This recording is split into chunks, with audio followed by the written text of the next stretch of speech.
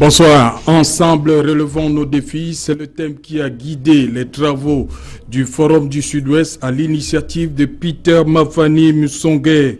Les défis divers au regard de la crise socio-économique, politique et culturelle qui paralyse les deux régions anglophones du Cameroun depuis bientôt 2 ans. Comment comprendre que ce forum ait pu se tenir sans qu'il n'y ait une levée de bouclier, comme ce fut le cas il y a quelques semaines pour la Anglophone General Conference, à l'initiative de Christian Wegan Toumi et 3 autres ministres du culte. Décryptage de quelques phrases choc du Forum du Sud-Ouest dans ce programme. Forum de Buea, l'anti-conférence générale anglophone, c'est le fait du jour.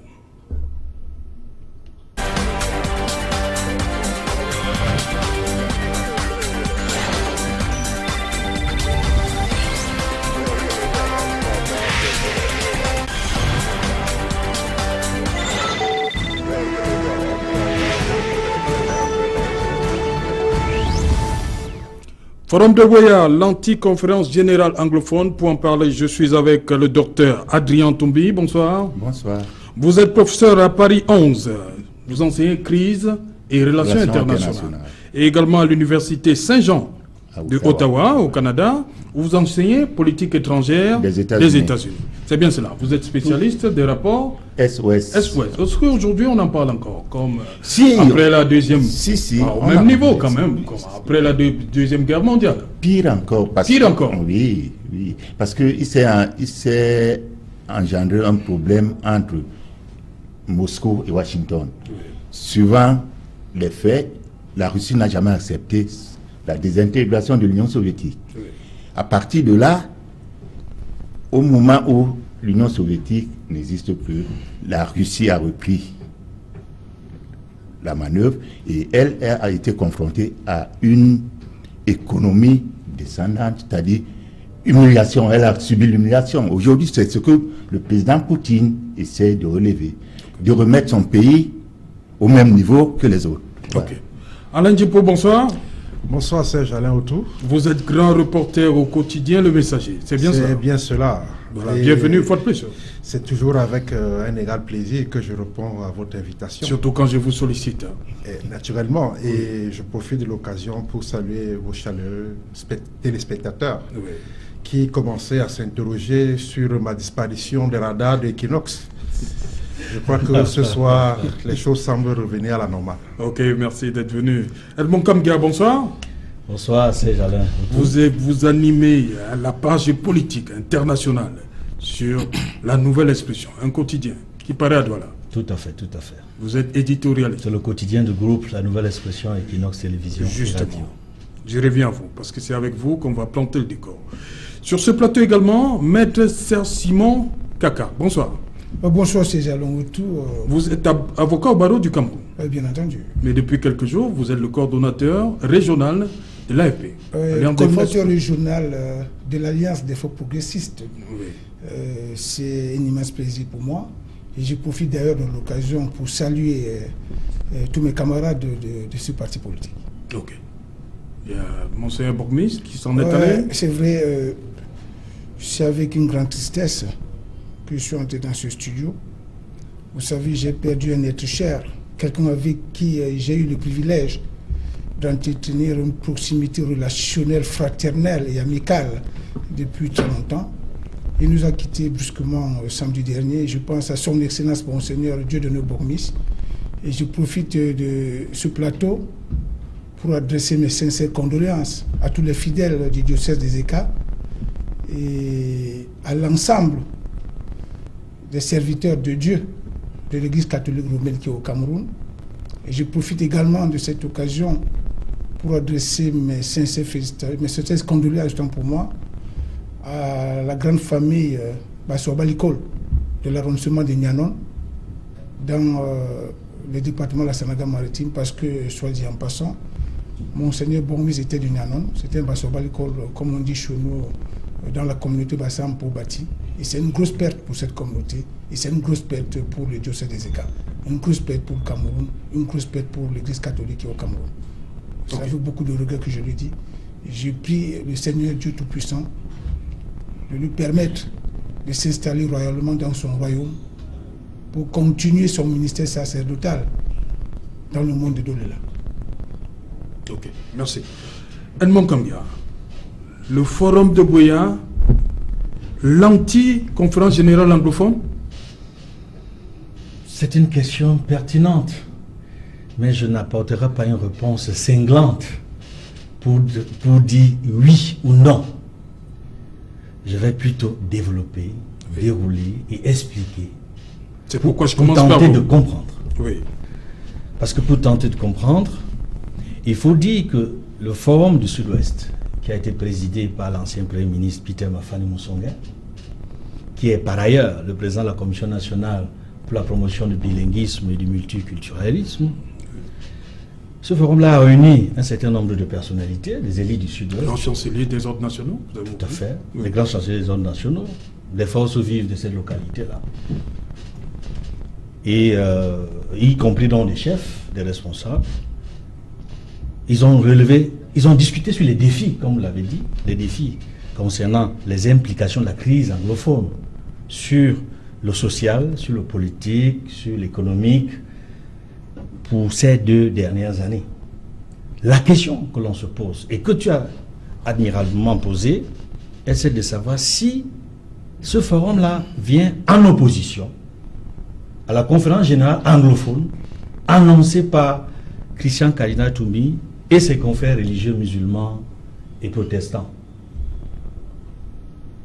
Je voudrais être optimiste, parce qu'on peut être optimiste, on peut être pessimiste dans le commentaire.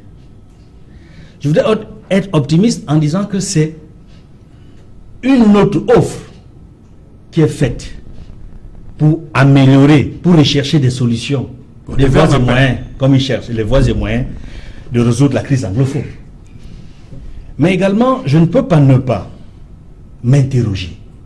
Parce que quand je sais tout ce qui s'est passé avant, tout ce qui a été dit sur la conférence générale anglophone annoncée par le cardinal Christian Toumi et ses confrères religieux musulmans et protestants, parce que beaucoup de choses ont été dites, notamment le maire de Buea, qui disait que même si le chef de l'État venait à autoriser la conférence générale anglophone, lui, il ne la permettrait pas.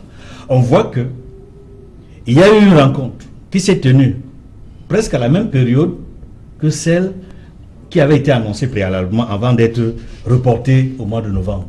Parce qu'ils l'ont tenue samedi 25 août. Celle qui aurait dû se tenir, mais qui a été renvoyée, était prévue pour fin août, Oui. 29 et 30 29 et août. 30. C'était pour 2 jours. Et ils l'ont fait en une journée. Je voudrais dire ici que je suis tout de même un peu inquiet. Un peu inquiet, parce que cette initiative, même si il faut dire que toute initiative est la bienvenue quand elle vise la paix, je dois dire que je suis tout de même inquiet parce qu'on a le sentiment, à l'observation, que cette initiative rentre dans une vision autre que la première, qui rassemble davantage, parce que celle de Christian Cardinal Toumi rassemble les forces vives et du nord-ouest et du sud-ouest, les deux. Cette rencontre n'a concerné exclusivement que le Sud-Ouest. Que le sud-ouest. C'est une vision séparatiste, entre guillemets. C'est-à-dire, ce n'est pas une vision qui rassemble, ce n'est pas une vision unitaire. C'est pour cela que je dis, je m'interroge sur les véritables fondements, les véritables raisons qui auraient amené Peter Mafani Musonge à organiser cette cérémonie en tenant compte exclusivement des populations, des forces vives du Sud-Ouest. Même si lui, il est originaire du Sud-Ouest, il me semble, pour avoir joué un rôle important dans ce pays comme Premier ministre chef du gouvernement, et même pour la seconde casquette qu'il a, le grand chancelier des ordres nationaux, il lui était convenable que cette rencontre permette de voir au sein du forum et les forces vives du Sud-Ouest et celles également du Nord-Ouest. Donc c'est le grand regret que j'ai. C'est pour cela que je questionne les raisons véritables de cette rencontre qui divise plutôt qu'il rassemble. Ok. Adrien Toumbi, docteur, vous voyez la chose comme ça aussi, qu'on a exclu les originaires du Nord-Ouest dans cette affaire? Je suis un peu éloigné du problème, mais mon analyse personnelle, en tant que professeur de sciences politiques, je voudrais voir dans l'acte du forum, Oui. deux aspects. Le premier aspect, c'est-à-dire le gouvernement, ou je ne sais pas qui, a initié cette rencontre pour tendre la main à ceux qui étaient les plus conciliants peut-être. Et la deuxième analyse, c'est pourquoi alors oublier le nord-ouest, hein? Oui, Dans ce cas, c'est un problème politique.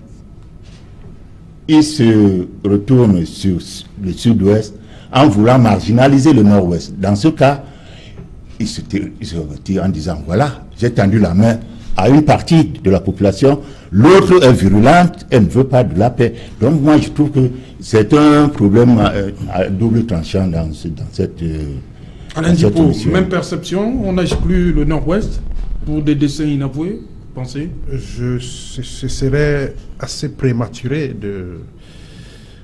d'affirmer. Parce que les problèmes sont là, hein, parce qu'on dit que c'est depuis 2016. Les deux régions ont ces mêmes problèmes. Oui. Je voudrais dire Pourquoi que ce serait prématuré d'affirmer ex cathedra que la partie nord-ouest a été exclue du forum de Boya. N'étant pas dans les secrets de Dieu, j'ose aussi espérer qu'après le forum de Boya, on aura également un forum de Bamenda pour que l'équilibre soit parfait. Alors, cela dit, je voudrais quand même mettre un petit bémol sur ce que mon excellent confrère Kamgué a rappelé tout à l'heure, pour indiquer que c'est davantage sous le prisme d'une certaine opposition qu'il faut comprendre le conclave de Boya. Parce que, comme il a si bien rappelé, cette assise arrive au lendemain où tous les turiféraires du régime en place sont sortis dans les médias, sur la place publique, pour torpiller, je pèse bien mes mots, pour torpiller l'initiative bienheureuse du cardinal Christian Toumi, qui consistait, qui se donnait pour ambition de rassembler le maximum de fils anglophones issus des régions du nord-ouest et du sud-ouest, pour qu'ensemble, ils posent leurs problèmes sur la table de manière à pouvoir adresser le gouvernement le moment venu. Une initiative comme celle-là, venue d'une personnalité controversée de la nation qu'est Christian Cardinal Toumi, aujourd'hui, on peut valablement se dire effectivement ce qui s'est passé à Boya était une idée pour remettre en question la démarche suggérée par le cardinal Toumi. Et donc, je valide votre thèse qui soutient amplement que Boya était l'antithèse de la conférence générale. Maintenant, j'ose espérer, comme je l'ai dit tantôt, que c'est la première phase d'un conclave dont la suite prévoit d'intégrer maintenant toutes les forces vives du Nord-Ouest pour que tous les problèmes, aussi bien de la région du Sud-Ouest et de la région du Nord-Ouest, trouvent une plateforme unique pour pouvoir inviter encore une fois le gouvernement camerounais au dialogue. Parce que comme on peut le dire aujourd'hui, le dialogue dans cette affaire est la démarche qui va amener la pacification de ces deux régions. Et de ce point de vue-là, aucune initiative qui rassemble, qui jette les bases d'une réflexion profonde sur les enjeux et les préoccupations majeures que nos compatriotes de ce côté-là relèvent. Donc aucune initiative dans cette direction n'est de trop, sauf si vraiment on n'est pas dans une logique de vouloir construire ce fameux vivre ensemble que nous appelons de tout neveu. Maître Kaka, les choses sont allées comme une lettre à la poste parce que l'initiative venait, on va le dire comme ça, d'un membre ou bien un ancien membre du gouvernement par rapport au forum de Boya. Oui, Serge Alain, avant de répondre à votre question, permettez-moi d'avoir deux grilles de lecture. Oui. La première grille de lecture, c'est que Peter Mafani Moussongué, fils du Sud-Ouest, a adhéré à l'initiative prise par le cardinal Toumi et ses autres confrères, permettez-moi l'expression, serviteurs de Dieu. Parce que, en fait, on peut se dire qu'il a adhéré à cette initiative et pour cela, il convoque les siens, ça veut dire les originaires du Sud-Ouest, pour préparer la grande assise. Ça, c'est une grille de lecture. La deuxième grille de lecture que nous pouvons avoir. Mais ça, rien ne ressort de résolution. Hein, rien du tout. Non, je dis que c'est une grille de lecture. À première vue, on peut le penser. Bon, maintenant, lorsque nous lisons, j'allais dire, les conclusions de ce conclave, et lorsque nous essayons de les interpréter, le sentiment qu'on aurait nous amènerait à avoir une deuxième grille de lecture, que en fait cette initiative a été prise pour torpiller la première initiative, celle de la convocation de la conférence générale anglophone. Et vu sous cet angle, ce serait vraiment regrettable parce que cela nous conforterait nous autres dans la position qu'on a toujours eue, que dans la gestion de cette crise, il y a beaucoup de responsables dans notre pays qui travaillent pour que cette situation soit maintenue. Et ça rejoint ce que je disais sur ce plateau il n'y a pas très longtemps, qu'il y a une situation assez paradoxale et assez surprenante qui nous a toujours préoccupés. C'est qu'autour du président Biya, il y a des gens que j'ai toujours appelés les partisans de la politique de la cellule, qui en fait sont très à l'aise quand l'eau est trouble. C'est-à-dire que c'est quand l'eau est trouble qu'eux tirent leur épingle du jeu. Donc il y a des gens qui n'ont pas intérêt à ce qu'on trouve une solution à cette crise. Moi, ce que je dois dire, c'est que comme c'est une assise qui n'a concerné que les ressortissants du Sud-Ouest, nous osons espérer que les ressortissants du Nord-Ouest, de leur côté, vont aussi se retrouver pour organiser leur part de conclave. Et à ce moment-là, on va donc se poser la question de savoir si après donc la tenue des deux conclaves, il y aura donc maintenant la tenue du grand conclave qui va permettre aux fils camerounais d'expression anglaise de se retrouver ensemble pour essayer justement d'harmoniser leur position. Parce que jusque-là, nous autres, nous pensons que l'initiative prise par le cardinal Toumi était un préalable à la tenue d'un dialogue national inclusif. Parce que lorsque nous avons eu à analyser la convocation de cette conférence, nous nous sommes dit que c'était l'occasion qui était donnée pour les anglophones d'harmoniser leur position. Parce que ne le perdons pas de vue.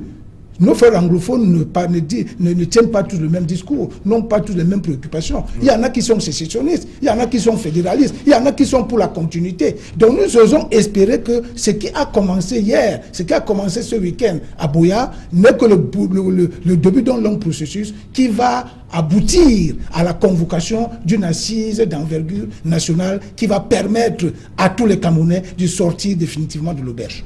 Edmond Kanga, tel que c'est parti-là, vous voyez une conférence, un forum de Bamenda. Est-ce que si le forum de Bamenda se tient, il y a des chances que la conférence générale anglophone se tienne encore? Si un forum du Nord-Ouest se tient à Bamenda, oui. C'est-à-dire une sorte de forum homologue à celui de Buea, la question que je me poserais est celle de savoir qui va la présider. Est-ce que ce sera encore Peter Mafani Moussongué qui lui est originaire du Sud-Ouest? Peut-être Paul Atangandji. Ah, Paul Atangandji, le Minat, oui. A-t-il qualité pour présider une telle rencontre? Ça, c'est la question que je peux me poser. Est-ce qu'il est certain qu'il va pouvoir réunir l'ensemble des forces vives du Nord-Ouest en tenant compte de ses prises de position qui ne rassemblent pas toujours toutes les sensibilités?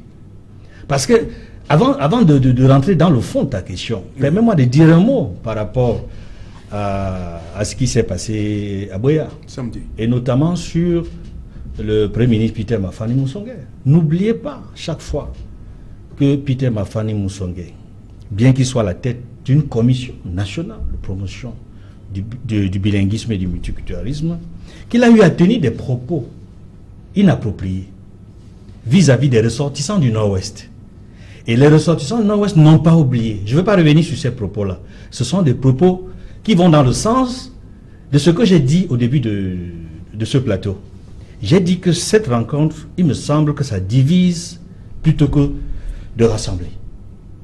Et le fait de l'avoir tenue pratiquement à la même période que celle qui aurait dû se tenir à ce moment conforte ceux qui pensent, dans les analyses, dans les observations, qu'en réalité, c'est une réponse à la proposition du cardinal Toumi. C'est-à-dire, en fait, c'est une contre-proposition pour torpiller la conférence générale anglophone qui a été reportée pour les 21 et 22 novembre. Oui. Je plaide davantage pour cette façon de penser. Ce qui m'amène maintenant à répondre à votre question. Est-ce que si un forum du Nord-Ouest se tient à Bamenda, ça invaliderait ou ça annulerait, ça enlèverait tous les sens ou la légitimité d'une conférence générale anglophone? Ma réponse est non. Parce que la manière dont se déroule le forum qui s'est tenu au Sud-Ouest et qui pourrait peut-être se tenir à Bamenda m'amène à comprendre que ce n'est pas parti sur des mêmes bases. Parce que les bases de la conférence générale anglophone, c'est la suite. C'est en fait, c'est to update, comme diraient les anglophones, c'est to update. Il s'agit d'une mise à jour des conférences de la All Anglophone Conference de 1993 à Boya et de la All Anglophone Conference de Bamenda. Il s'agit de prendre toutes les résolutions qui avaient été prises à ce moment-là, de faire le point de ce qui a été appliqué ou ce qui n'a pas été appliqué, de faire la mise à jour et aujourd'hui de dire à l'ensemble de ceux qui vont venir à la conférence de Boya, à la General Anglophone Conference de Boya, qui viendront de la diaspora et de l'intérieur, pour faire le point des questions, des problèmes que connaissent l'ensemble, la communauté anglophone du pays, de dire voilà nos problèmes. Et historiquement, les ressortissants anglophones, les ressortissants du Nord-Ouest et du Sud-Ouest, chaque fois qu'il y a eu à débattre sur une question concernant l'ancien Ouest Cameroun ou le Southern Cameroun, les leaders se sont toujours retrouvés tous ensemble pour discuter ensemble. Ce qui m'amène à penser, en définitive, que l'initiative qui a été prise par Peter Mafani Musonge n'est pas la bonne. Elle ne rassemble pas. Elle est dangereuse.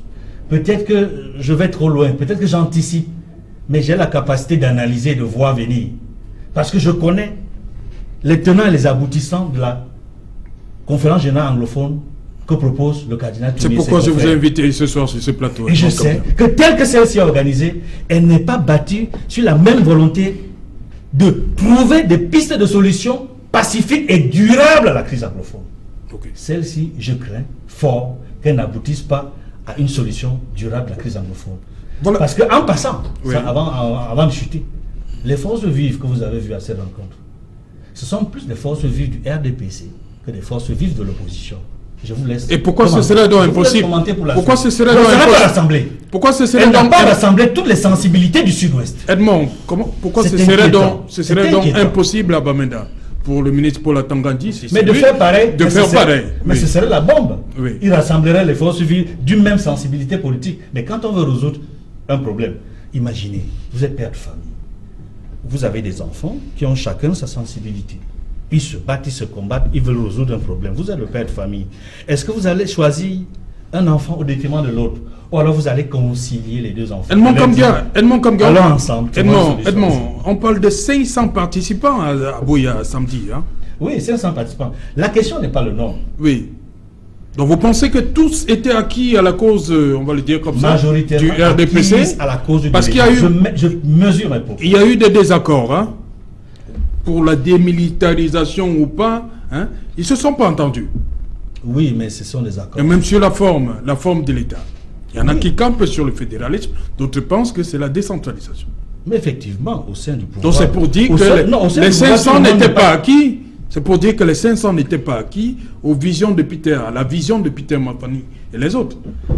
C'est une façon de voir. Oui. Moi, je ne reste pas sur la forme, je vais sur le fond. Okay. Et je dis, ce n'est pas bon. Ce n'est pas comme ça qu'on va résoudre les problèmes au Cameroun. Oui. Il faut rassembler l'âge, il faut ratisser l'âge. Il faut trouver des solutions globales et générales à une crise. Il ne faut pas chercher des solutions parcellaires qui vont plutôt envenimer la situation. Parce que je crains fort que cette initiative envenime plutôt la situation, qui est déjà assez complexe, qui est déjà assez difficile comme ça. On ne sait même pas si la rentrée va se tenir dans le nord-ouest ou le sud-ouest. Et on fait il y a des forums comme ça, des forats, qui rassemblent, j'allais dire, une minorité acquise, j'allais dire, au régime.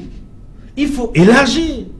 Il faut élargir. Or, l'initiative de la General Anglophone Conference, qui a été reportée le 21 et 22 novembre, c'est d'élargir. C'est tous les fils, de toutes les tendances politiques, y compris ceux qui ne s'intéressent pas à la politique, mais qui veulent résoudre un problème sur la durée et rester avec l'œuf et voir. Parce que, en fait, il s'agit de trouver, comme je parlais d'une mise à jour des problèmes qui ont été posés jusque-là et de voir qu'est-ce qui a été résolu, qu'est-ce qui ne l'a pas été. Oui. Et maintenant, proposer des pistes de solutions qui pourraient être débattues dans un éventuel forum national que j'appelle dialogue national inclusif, oui, que convoquerait le chef de l'État. C'est ça ce que recherche la conférence générale anglophone. Okay. Sauf le forum là, je ne sais pas qu'est-ce que ça recherche. Oui, oui, rapidement, Alain Djipo. Juste pour placer un mot, pour indiquer qu'effectivement, la démarche des organisateurs du forum de Buea s'inscrit dans une démarche partisane, il faut le dire clairement. Et je crois Edmond l'a si très bien démontré.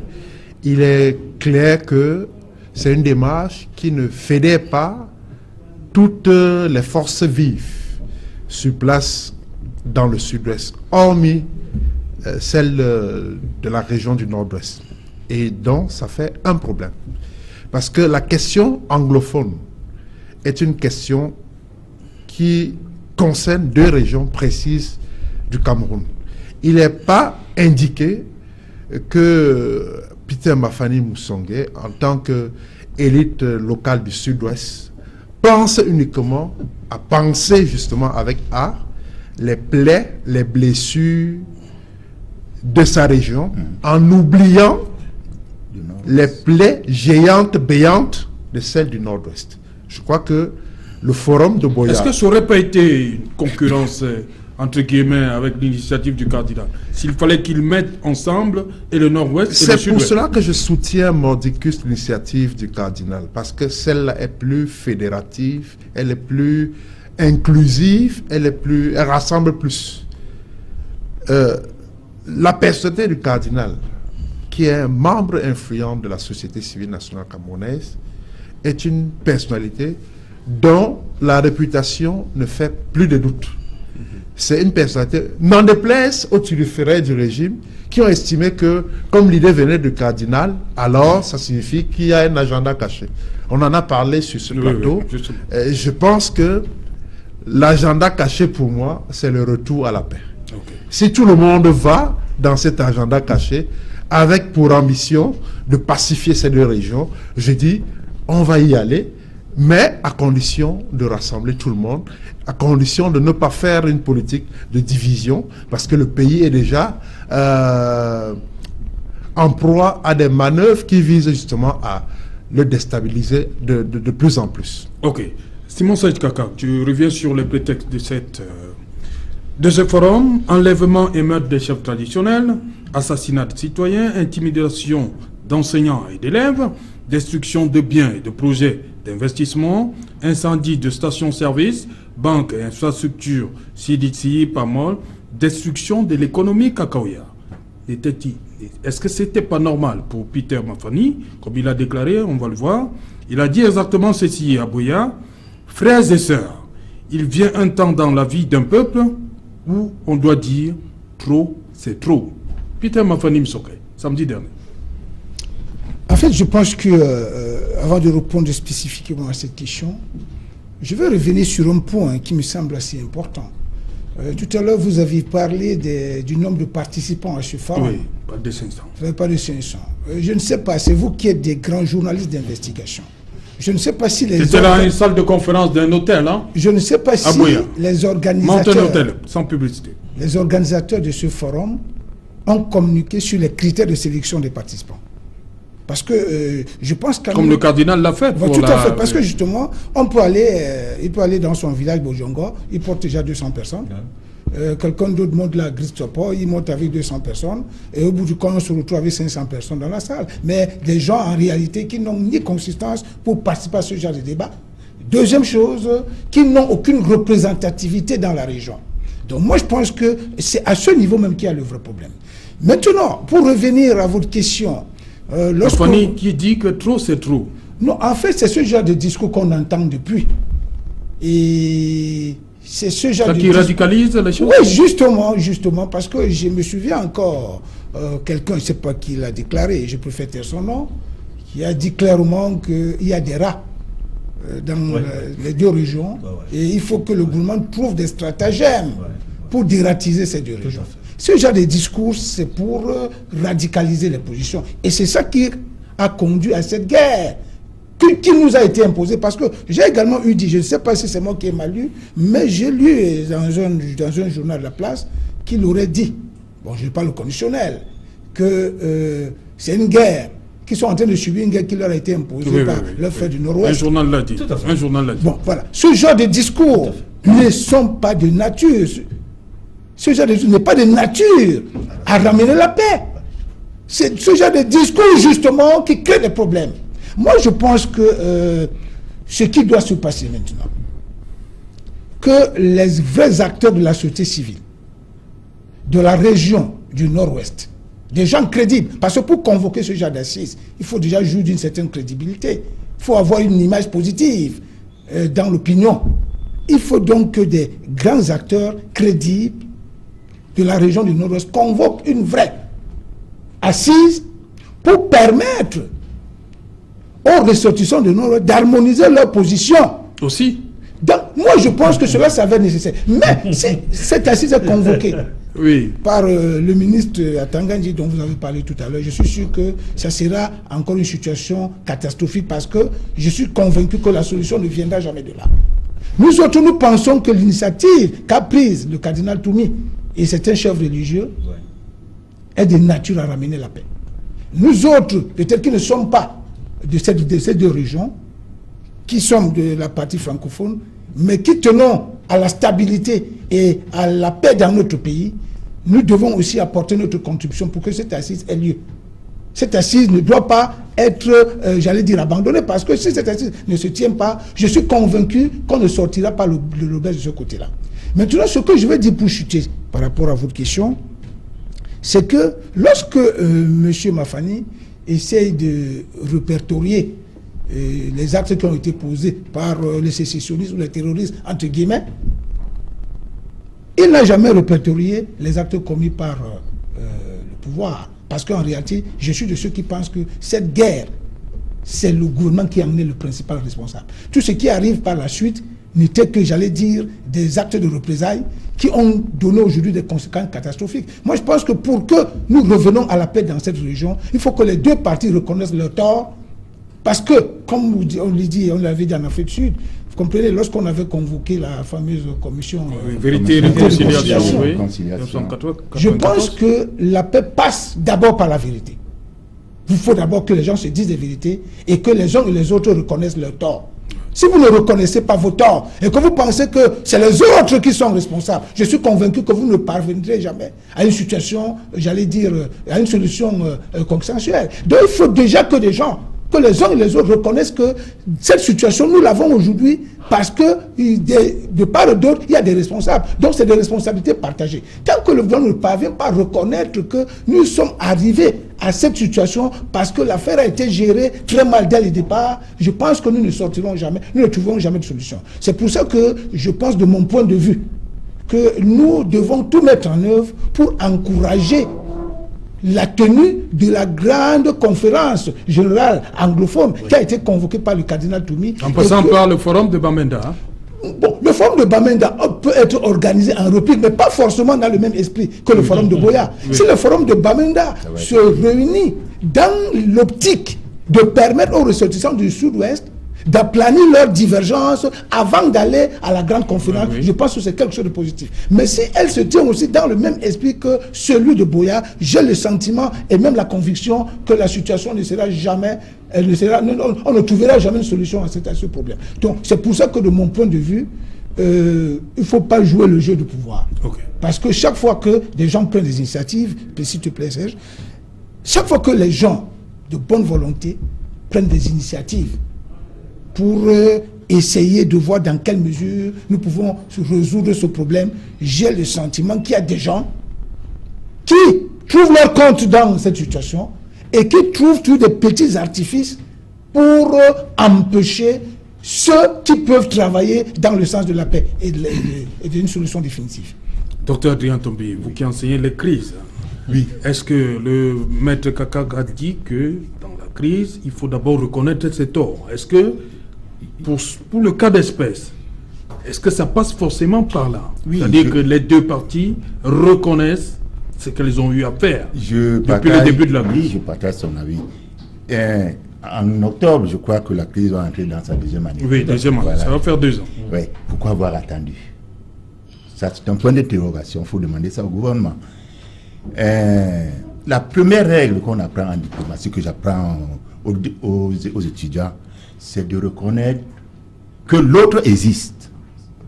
C'est-à-dire, je suis en crise avec monsieur, je ne dois pas rester dans le déni. C'est-à-dire que le problème pour moi n'existe pas alors qu'il est là. On reconnaît d'abord que l'autre existe. C'est-à-dire, même si on est opposé, mais il existe. Et puis, qu'est-ce qu'on fait dans ce cas? On nomme ce qu'on appelle un médiateur de la République, qui va jouer le rôle d'amener tout le monde sur la table de négociation. En complément, qui va le choisir sans qu'il soit contesté? Justement, il doit être une des parties. Il doit être neutre et accepté par les deux parties. Non, qui doit le nommer, doit le désigner? Les deux parties en opposition doivent le choisir. C'est-à-dire, on ne va pas imposer à l'autre partie un médiateur qui ne le convient pas. Bon, j'ai appris que... Ça se complique là. Oui, non. Le cardinal a été choisi des deux côtés. J'espère. Non, il est contesté. Hein. Bon, il est contesté. Il est contesté. Dans ce cas, bien le gouvernement ou bien les autres partis... Non, je reviens sur ce que vous l'avez dit. Il faut choisir un médiateur. Qui va le choisir? Je ne sais pas comment ça se passe au Cameroun, je ne peux pas vous dire. Kofi Annan, avant qu'il ne parte, avait proposé ce service. Voilà. Voilà quelqu'un qui était unanime. Voilà. Pourquoi on l'a refusé? Je ne sais pas. Donc, quand vous choisissez un médiateur, vous êtes d'abord d'accord, hein, on n'impose à personne. Le médiateur est là pour prendre les doléances à gauche et à droite et dire et demander à chaque parti jusqu'où vous êtes capable d'aller. Le consensus. Voilà. Et demande à l'autre parti jusqu'où vous êtes partisan de limiter vos demandes.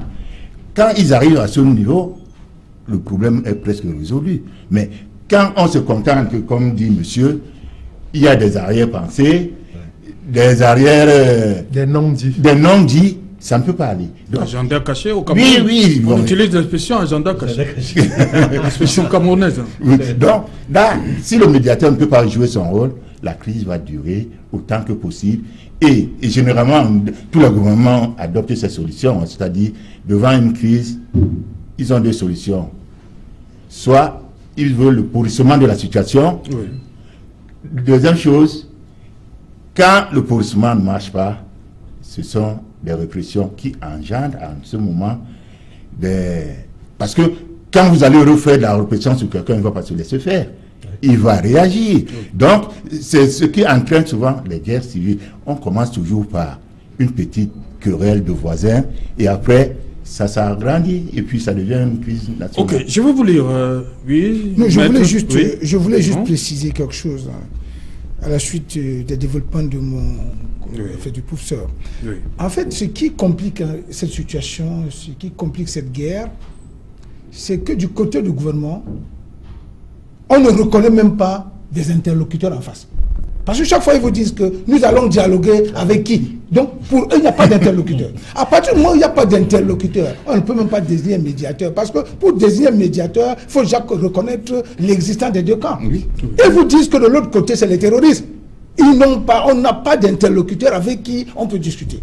Cela fausse déjà les données dès le départ. Tout à fait. Donc moi, je pense de mon point de vue, et je maintiens ce que j'ai dit tout à l'heure, que la vraie solution à ce problème ne peut venir que de la conférence générale anglophone. Parce que cette conférence permettra à nos frères anglophones d'aplanir leurs divergences. Lorsqu'ils auront déjà aplani leurs divergences, lorsqu'ils auront déjà arrêté une position commune, parce que même pour venir à un dialogue national inclusif, s'ils ne sont pas sur la même longueur d'onde, il va de soi que ce dialogue national inclusif est voué à l'échec. C'est pour ça que moi je pense que, contrairement à ce que peuvent penser les partisans ou alors le camp qui est au pouvoir aujourd'hui, il faut reconnaître que l'initiative du cardinal Toumi, c'est une initiative à saluer et à encourager. Et j'invite, je profite de votre plateau pour redire à certains acteurs de la société civile crédibles de mettre tout en œuvre pour soutenir cette initiative.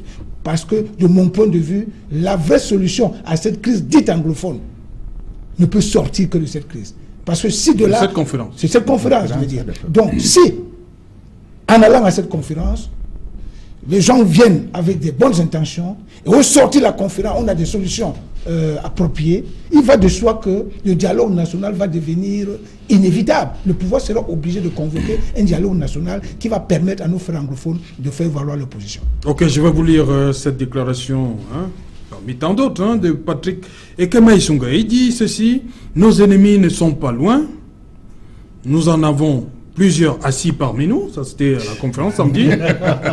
Comme disent les Français, je l'embrasse pour l'étouffer. Je crois qu'il a... Vous connaissez, j'embrasse mon rival, c'est pour mieux l'étouffer. Voilà, il a voulu reprendre cette formule. Voilà. Comme ça nous rappelle un discours du PAN. Oui, Kavaye Yaga Djibril, par rapport à lorsque la crise Boko Haram atteint le pic, Boko Haram est parmi nous. Tout à fait. Et là, il indexe, on va le dire comme ça, ses frères du Sud-Ouest. Il dit qu'ils sont là, dans la salle. En réalité, c'est une figure de style, c'est une image, peut-être une métaphore. Mais observez bien le profil des personnalités qui font ce genre de déclarations. On en a vu pour celle du Premier ministre en relation avec ses compatriotes du Nord-Ouest. Et là, maintenant, c'est M. Ekema, le maire de Boya, dont je parlais tantôt des propos qu'il a tenus, des défiances même vis-à-vis du chef de l'État, qui est par ailleurs président national du parti qu'il a investi maire de Boya. Il a dit que si Paul Biya accepte la conférence générale anglophone à Boya, lui, il ne l'autorise pas. Mais qui est-il, ce monsieur? Le premier magistrat de la ville. Ah ouais, le premier magistrat de la ville. Bon, on sourit.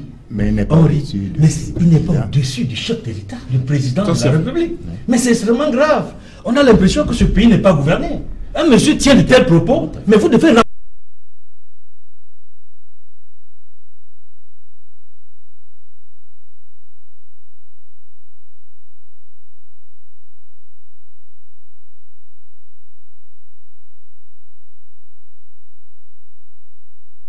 Personnellement, vous avez cité là.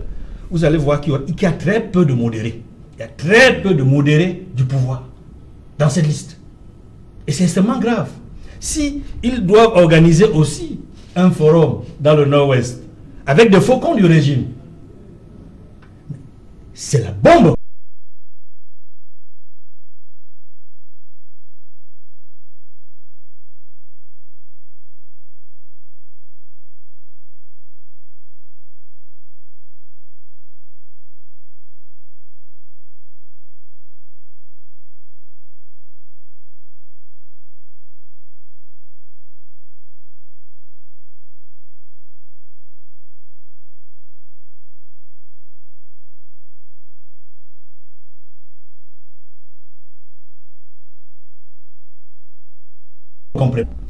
Ça aurait eu un mérite, un très grand mérite.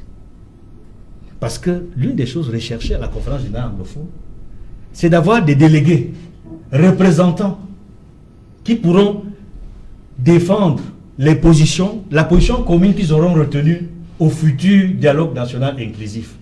Des représentants des jeunes, des représentants des femmes, des représentants des différentes sensibilités de la communauté anglophone à ce débat-là. Est-ce que l'idée déjà est acceptée par celui qui auquel on vient d'assister, mais c'est essentiellement des faucons. Il n'y a pas de modéré dedans. Edmond Kamdia, est-ce que l'idée d'un débat national était acceptée déjà par le président de la République? Je pense que oui. Je vais vous dire pourquoi. Parce que le chef de l'État a un gouvernement qui a un chef, et dans ce gouvernement, il y a un porte-parole du gouvernement qui s'appelle Issa Chiroma Bakary. Sa toute première réaction, après l'annonce de la conférence générale anglophone, il a dit c'est une très bonne initiative. Et toute initiative qui va dans le sens de la paix, de l'apaisement, de la recherche, de l'unité, de la stabilité, elle est bonne. Il a dit que c'est une bonne... La bienvenue. Elle est la bienvenue, il a dit. Il a seulement émis des réserves sur des préalables que les initiateurs avaient précisés dans leur communiqué, où ils disaient notamment qu'il est souhaitable qu'il y ait un cessez-le-feu des deux camps. Oui. Et qui est une démilitarisation. Une démilitarisation. Ben, en réalité... Le relax de tous ceux qui sont emprisonnés. Non, c'est surtout ça. Oui. Qu'on relâche tous ceux qui ont été arrêtés dans le cadre de la crise anglophone, tant que c'est légalement possible. Tant que c'est légalement possible. Et les gens ont très mal interprété ces deux propos. Certains, turiféraires du régime, ont laissé croire que le cardinal Toumi et ses confrères ont demandé de libérer absolument tout le monde, sans tenir compte des infractions. Ils ont dit, tant que c'est légalement possible. Donc, il y a certains qui ont laissé penser, laissé dire et croire que le cardinal Toumi et ses confrères ont prétendu ou ont dit que l'armée, toute l'armée camerounaise doit déposer les armes et ne doit plus assumer ses missions régaliennes. Le cardinal n'a jamais dit ça, c'est impossible. C'est impossible. Le cardinal Toumi, c'est un responsable, c'est un haut dignitaire de la République. Dans d'autres pays, mais c'est des gens qui sont vénérés. Mais je vous dis, nul n'est prophète chez soi.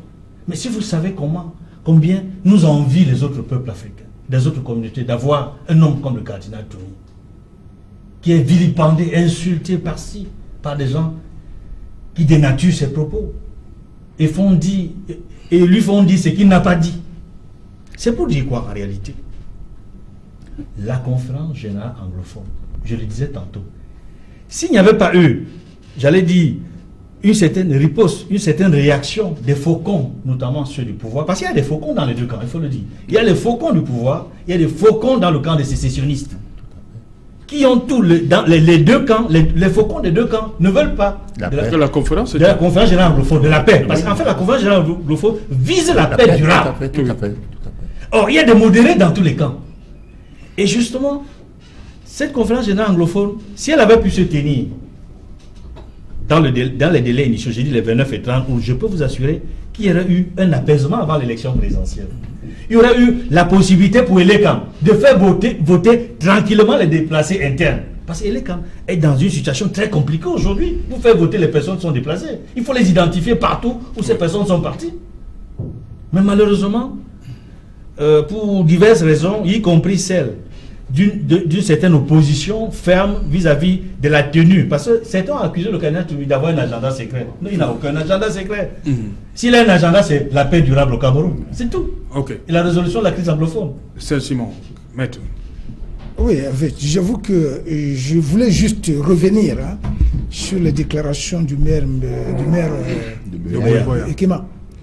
Vous savez, je peux fêter le nom, mais quand je discute avec des amis originaires de cette région, j'ai constaté que beaucoup de nos frères anglophones originaires du FACO, parce que le FACO a cessé de pratiquer, ce n'est pas Bakary. Oui. Eux estiment que cette guerre leur a été imposée par leurs frères de la Manu. Ça veut dire la Manu, c'est les Banyangé, c'est les Djaga.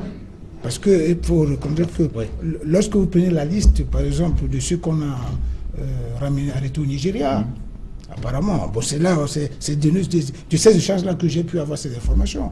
Beaucoup sont originaires de la Manu, donc des Mamfés. Donc quand le maire Ekema vient dans le cadre de ce forum dire qu'il y a les fouteurs de trouble parmi eux, j'ai peur qu'ils sont en train de tribaliser le débat. Parce que ici, c'est ça le danger de ce pays. Je suis à côté d'un professeur de sciences politiques, qui connaît bien ces choses. Ce qui gêne dans nos États, c'est que chaque fois qu'il y a une situation, d'une manière ou d'une autre, on cherche toujours à la tribaliser. J'ai peur que les Bakweri soient en train, parce que même l'initiateur en chef de ce forum, le premier ministre Mafani Moussongue, c'est un Bakweri. Et comment c'est Mbakweri? Donc, j'ai peur qu'il soit dans la posture des gens qui viennent tribaliser les débats pour dire que c'est les autres qui viennent des autres départements du Sud-Ouest qui sont en train, j'allais dire, de leur imposer une guerre. Donc, c'est cette précision que je voulais apporter. Dans ma première analyse, c'était ça. C'est-à-dire, on a voulu marginaliser les gens du Nord-Ouest. Merci. C'est une manœuvre politique. Merci, cher monsieur. Cédric Nouffelé, bonsoir. Bonsoir Serge Alain, bonsoir à vos invités. Voilà, le journal de 20h, c'est dans quelques instants, 2 ou 3 escales pour les millions de téléspectateurs d'Equinox. Sur la route d'Etoudi 2018, c'est une nouvelle qui est en train de réjouir le SDF et d'autres partis de l'opposition. Le Conseil électoral annonce la délocalisation des bureaux de vote situés dans les casernes militaires. Une décision qui a été rendue publique ce jour. Vous suivrez dans ce journal la réaction du SDF qui projetait une marche à Douala contre le maintien de ces bureaux de vote dans les casernes militaires. Une décision qui vient d'être changée, prise par le Conseil électoral. Nous parlerons de rentrée scolaire. Vous le savez, nous sommes à une semaine et plusieurs collèges privés clandestins défient le gouvernement malgré les défauts des formalités légales en matière de création et d'ouverture. Certains établissements scolaires continuent de fonctionner et d'enregistrer des parents d'élèves qui viennent pour les inscriptions des enfants. Ils balbutient pour s'expliquer sur les raisons de leur fonctionnement. Pourtant, le gouvernement a déclaré que ces collèges sont fermés. C'est un reportage à suivre dans ce journal. Nous parlerons également des réformes dans le système de l'enseignement secondaire. Le gouvernement qui prévoit d'introduire les arts cinématographiques et les sciences humaines dès le second cycle de l'enseignement secondaire général. Quels sont les enjeux de telles réformes? Éléments de réponse à suivre dans le journal de 20h. Et ensuite, nous évoquerons les pleurs du côté d'Ezeka. Après le décès de l'évêque dans cette localité, les chrétiens qui témoignent à la suite de cette triste nouvelle qui est survenue durant le week-end dernier. Serge Alain. Voilà l'essentiel donc de tous ces éléments que Cédric vient de présenter. À l'attention de nos millions de téléspectateurs, c'est dans un instant, dans le 20h, qu'il va présenter. Quant à moi, je vous retrouve après pour le débrief.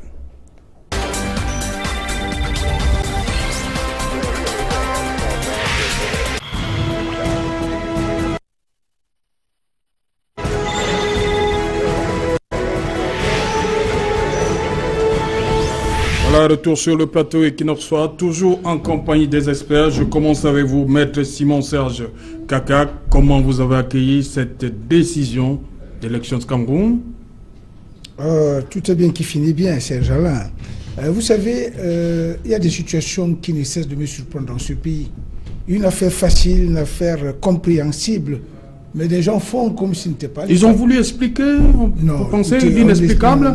Parce que l'article 96 est clair. Non, on a eu un débat de ça sur ce plateau. Oui, justement. Vous connaissez ma position là-dessus. Oui. Du point de vue de la légalité, c'était totalement incongru. Ça ne peut pas se faire. Vous ne pouvez pas demander aux gens d'aller voter dans une caserne militaire. C'est la logique, c'est la logique simple qui consiste quand même à amener ce genre à comprendre que une pareille posture ne peut pas prospérer. Vous comprenez? Ils attendent maintenant la pression, parce que tout à l'heure, votre confrère a parlé de la pression des partis politiques. Oui. Mais moi, je vous dirais même qu'il y a une grande pression de la communauté internationale. Oui. C'est pour ça que c'est devant les diplomates qu'il... Oui, parce qu'on connaît la position de vendredi. Hein. Il disait que les casernes allaient être ouvertes comme ça au public. Voilà. Mais on ne comprend pas que entre la position de vendredi et aujourd'hui, voilà, comme vous dites, justement, les chancelleries sont passés par là. Une affaire simple qui peut être gérée simplement ici. Les autorités attendent toujours que les instructions viennent d'ailleurs. C'est ça qui est paradoxal. Et après, ils vont dire que la communauté internationale passe son temps à s'occuper du Cameroun. Mais justement, c'est des postures comme ça qui nous amènent à penser que nous ne sommes pas véritablement indépendants. Donc, une affaire qui aurait dû être gérée depuis un mois, on attend que les diplomates s'y mêlent pour trouver une solution. Je pense que c'est une honte pour le Cameroun. Alain Djipo. Non, je crois que c'est une très bonne décision. Encore une fois, c'est à mettre au crédit des forces politiques camerounaises qui ont pris sur elles, n'est-ce pas, d'exercer cette revendication. Donc, légitimement, c'est une victoire pour ces forces. Quand je finis de dire cela, je voudrais quand même dire que, effectivement, les bureaux de vote d'après les dispositions pertinentes de la loi, doivent être des lieux publics, c'est-à-dire d'accès public. Article 96. Voilà. Et donc, c'est quand même incompréhensible, j'ai même envie de dire paradoxal, de loger des bureaux de vote dans des casernes, c'est-à-dire des endroits fermés, des endroits qui ne sont pas accessibles aux premiers venus. Et nous, Abraham Egbert disait vendredi que ça allait être ouvert au public. Non, le problème, c'est qu'en réalité... Parce qu'il dit que le conseil électoral pense que les casernes, il y a des familles qui vivent là-bas, et ça, nous sommes tous d'accord. C'est pas seulement les militaires qui vivent là-bas. S'il fallait se référer à cette grille de lecture qui n'est pas validable à 100%, on se poserait bien la question de savoir pourquoi M. Biaké, président de la République, laisse le palais de l'Unité pour aller voter à l'école publique de Bastos. Donc, ça, c'est une question. Donc, pour remettre en cause la posture du... Non, on parle des casernes militaires. Donc, moi, je voulais dire qu'en réalité, derrière cette affaire, l'opposition a passé plusieurs années, c'est pas nouveau, à faire cette dénonciation qui consiste à dire que les casernes, le quartier général, les brigades, machin, sont des laboratoires de fraude. C'est là-bas qu'effectivement, selon certains membres influents de l'opposition, c'est là-bas que M. Biya engrange le nombre de suffrages, le nombre de votes. Quand il s'agit... Mais il ne fait pas de 100%. Parce qu'on a montré les statistiques de 2013, c'était pas le 100%. L'objectif, ce n'est pas de faire 100%. Oui. Est-ce qu'il est élu normalement de manière démocratique dans ces casernes-là? Ça, c'est la question. Pour l'opposition, on dit non. C'est pour cela qu'on dit ils veulent avoir des bureaux de vote là, à des endroits accessibles, à des endroits facilement contrôlables. Quand vous logez les bureaux de vote dans les casernes, il y a, même si on dit en pleine caserne, le jour de vote exclusivement, ça sera libre d'accès. Ça, c'est en théorie. Les militaires, vous savez comment ils sont. Il y a des endroits stratégiques où personne ne peut aller quand vous ne pouvez pas montrer patte blanche. Donc, je pense que on a intérêt à toujours dialoguer avec toutes les forces vives de la nation pour pouvoir appliquer de manière consensuelle les arrangements autour de notre vivre ensemble. Parce que c'est de ça qu'il est question. Ok. Docteur Diantombi, sur cette décision. D'abord, l'idée de placer les urnes dans une caserne, je trouve que c'est une aberration totale. Dans d'autres pays, dans d'autres cieux, ça ne se fait pas. Les militaires, généralement, se déplacent pour aller voter dans des lieux publics. Si le président le fait, pourquoi les militaires ne le feraient pas? Donc, si l'opposition... Non, pour le cas d'espèce, ce n'est pas seulement les militaires qui sont dans les casernes. C'est des camps, il y a des familles. Oui, mais les familles doivent aller voter dans des lieux publics. Ça, c'est net et clair. Hein. C'est élémentaire. On n'a même pas besoin de faire sciences politiques pour comprendre ça. C'est net et clair. Vous quittez votre domicile, que ce soit dans une caserne ou chez vous, je ne sais pas, vous allez dans un lieu public. Généralement, ce sont dans les écoles, les mairies. C'est là où vous allez voter. Que vous soyez en famille dans une caserne, vous faites la démarche de tout le monde. Et l'opposition aujourd'hui, je crois que elle a bataillé pour obtenir ce qui lui revenait de droit. Oui, je vais revenir à vous. J'ai une question pointue pour vous, Edmond Kamga. Oui, rapidement, Serge. Non, moi, je voulais juste préciser quelque chose. Je me souviens encore, en 1992, j'étais encore étudiant. J'avais eu à être scrutateur dans une école pas très loin du camp Eyam. Et ce bureau de vote était ouvert aux militaires, en fait, et tous ceux qui habitaient le camp Eyam. Ça veut dire quoi, en fait? Ça veut dire qu'on n'a pas logé les bureaux dans l'enceinte du camp Eyam. On avait cherché une école dans les environs du camp Eyam. C'est ce que je voulais d'abord faire observer. Maintenant, je voulais également préciser quelque chose qui me semble très, très important. Vous savez, lorsqu'on édicte une loi, sachez qu'il y a deux choses qu'on regarde dans la loi. Il y a ce qu'on appelle l'esprit de la loi, il y a ce qu'on appelle la lettre de la loi. Donc, quand l'article 96 du Code électoral, alinéa 4 précise que le vote doit se faire dans les lieux publics, les bureaux de vote. Oui, en fait, c'est le vote qui doit se faire dans les lieux publics. Parce que le vote, en fait, C'est un exercice démocratique. Tout à fait. Et qui dit démocratie dit popularité. C'est une affaire populaire. Oui. Donc il faut permettre à toutes les sensibilités de voir... Surtout le dépouillement. Le dépouillement, c'est important. Le dépouillement.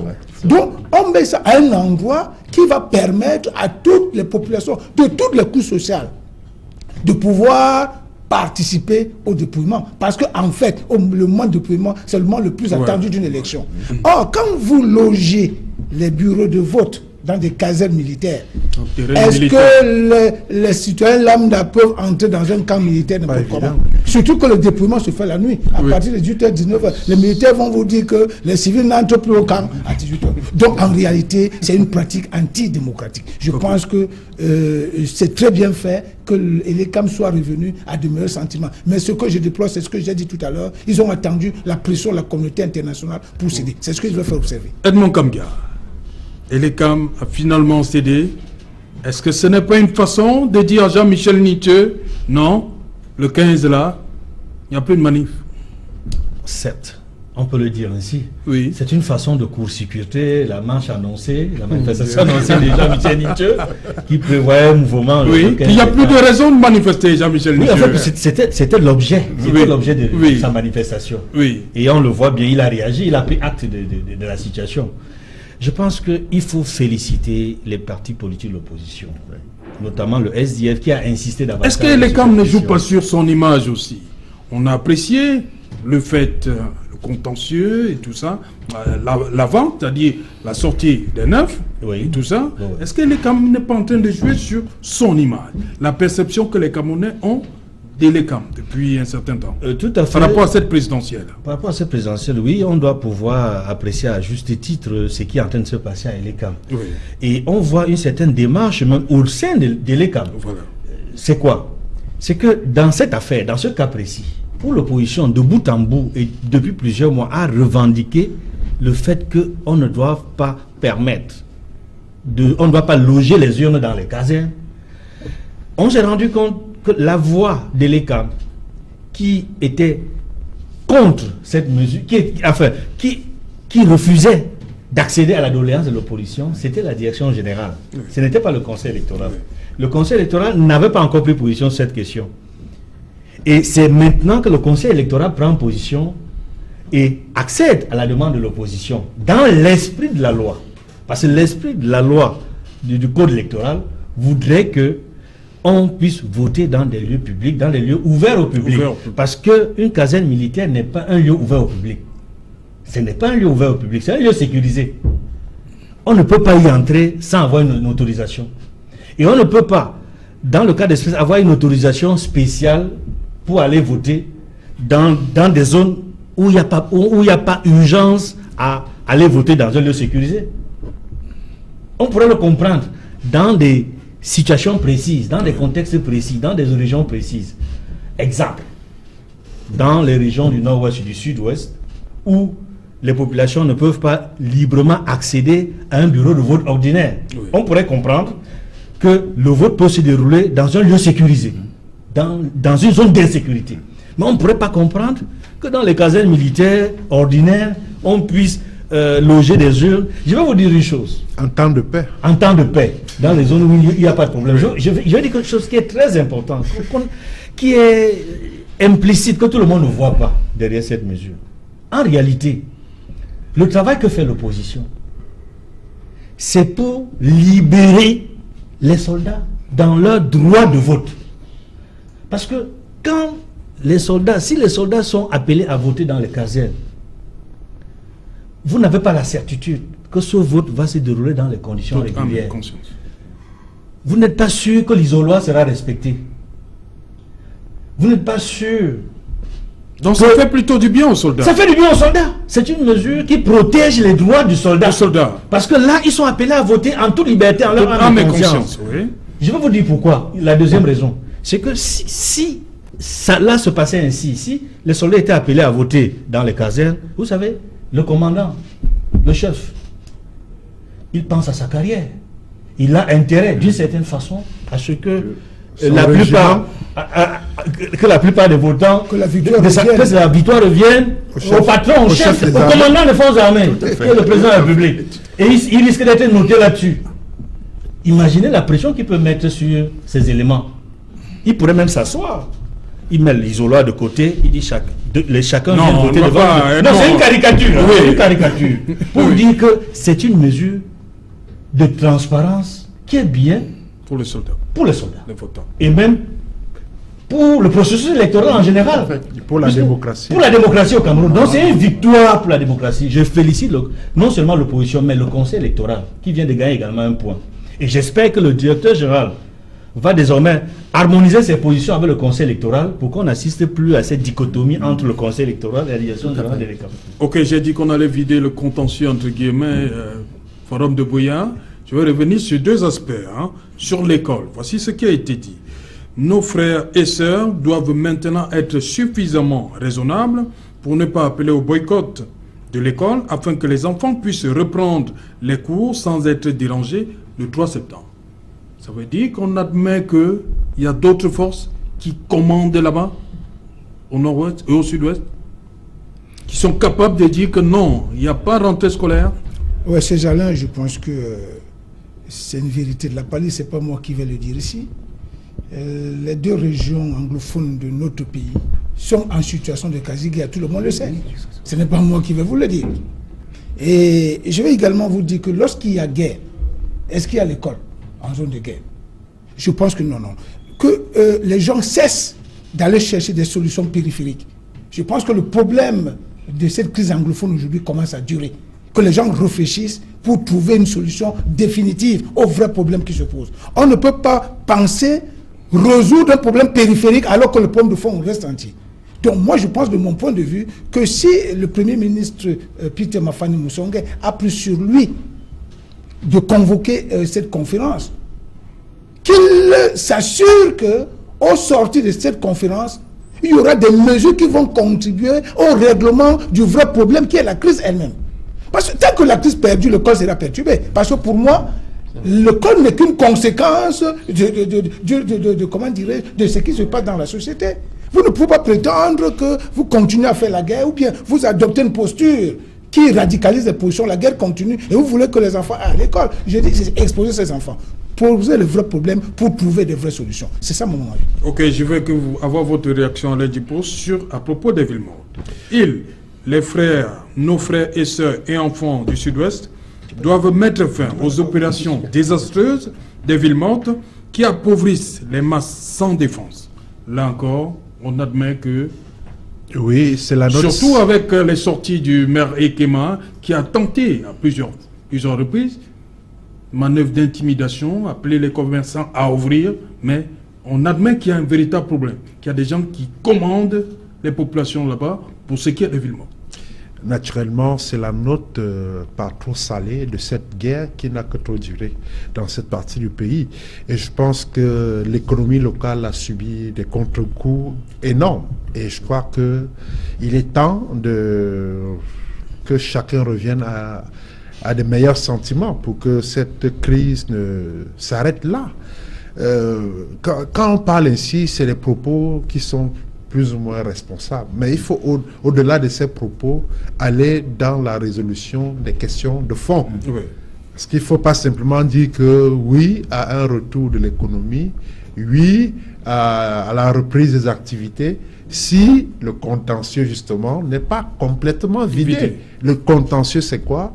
Va se vider comment? On sait tous que les natifs du sud-ouest et du nord-ouest veulent faire entendre raison au gouvernement qui, à travers une malgouvernance, les a plongés dans une situation inconfortable de vie où les problèmes sociaux sont nombreux, où les corps sociaux, les corps professionnels en pâtissent des contre-coups, des réformes et des non-réformes. Donc, finalement, ils veulent attirer l'attention des pouvoirs publics sur la nécessité de donner un réel contenu au développement local en mettant en exergue les problèmes auxquels font face les populations au jour le jour. Donc, sur cette question-là, il faut dire que la reprise de l'économie, vous savez, il y a pas mal d'études qui ont été faites dans le sens d'évaluer l'ardoise Qu'est-ce que cette guerre coûte à l'économie locale de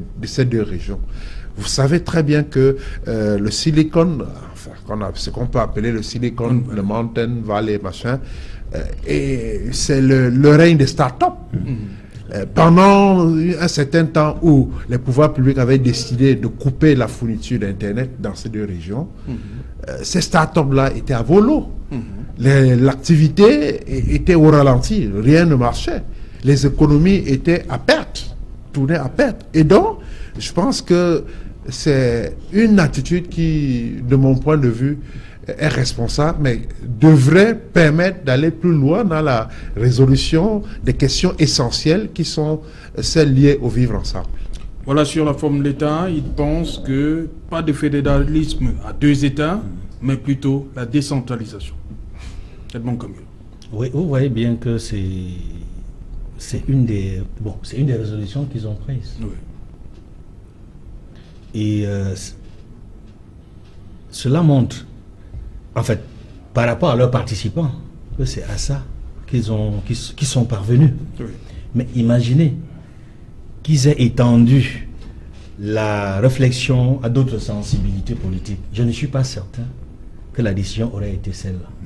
Il y aurait eu plusieurs possibilités, il y aurait eu plusieurs pistes de solutions à soumettre au dialogue national inclusif. Vous voyez bien que c'est orienté d'une certaine façon.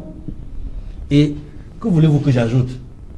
J'ai dit tout simplement que la manière dont ce forum a organisé son travail augurait déjà de la fin, de l'issue finale. Mais je trouve que c'est insuffisant. Et j'attends encore la tenue de la All Anglophone Conference, de la General Anglophone Conference, qui apportera, je crois, la véritable solution des propositions vers une paix durable et pacifique au Cameroun et notamment dans la région anglophone. Ok, merci. On est arrivé au terme rapidement. Oui, je voulais juste préciser par rapport à cette question de la forme d'État que personnellement je me réjouis que cette question ait été posée là-bas. Parce qu'il n'y a pas très longtemps, en fait, depuis le début même de cette crise d'ailleurs, le premier des Camerounais avait prétendu que la question de la forme d'État, il n'y a pas de débat sur la forme d'État. Mais là, il y a une évolution parce que là, certains ses affidés sont allés aborder cette question, bien qu'ils n'aient pas été objectifs dans leur résolution. Parce que je pense que ce débat est plus complexe qu'ils l'ont pensé.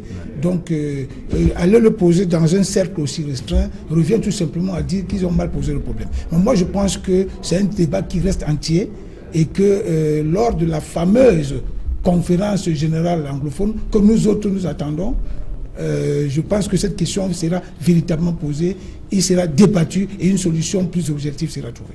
Ok, merci. Merci à vous. Merci à vous également. C'est moi qui vous remercie de m'avoir invité. Docteur Toumbi. Voilà. Merci à vous, Alain Dipo. C'était un plaisir de répondre à votre invitation. Merci, Edmond Kamga. C'est toujours avec plaisir que je reprends cette invitation. Merci, Simon Kakak, maître. Merci, Omonim, de m'avoir convié à cet échange qui a été très édifiant pour les Camerounais. J'espère que nous avons essayé d'être à la hauteur des attentes que vous avez placées en nous invitant. Ok, merci. C'était Equinox Soir. Rediffusion 23h GMT. Il sera minuit à Boya.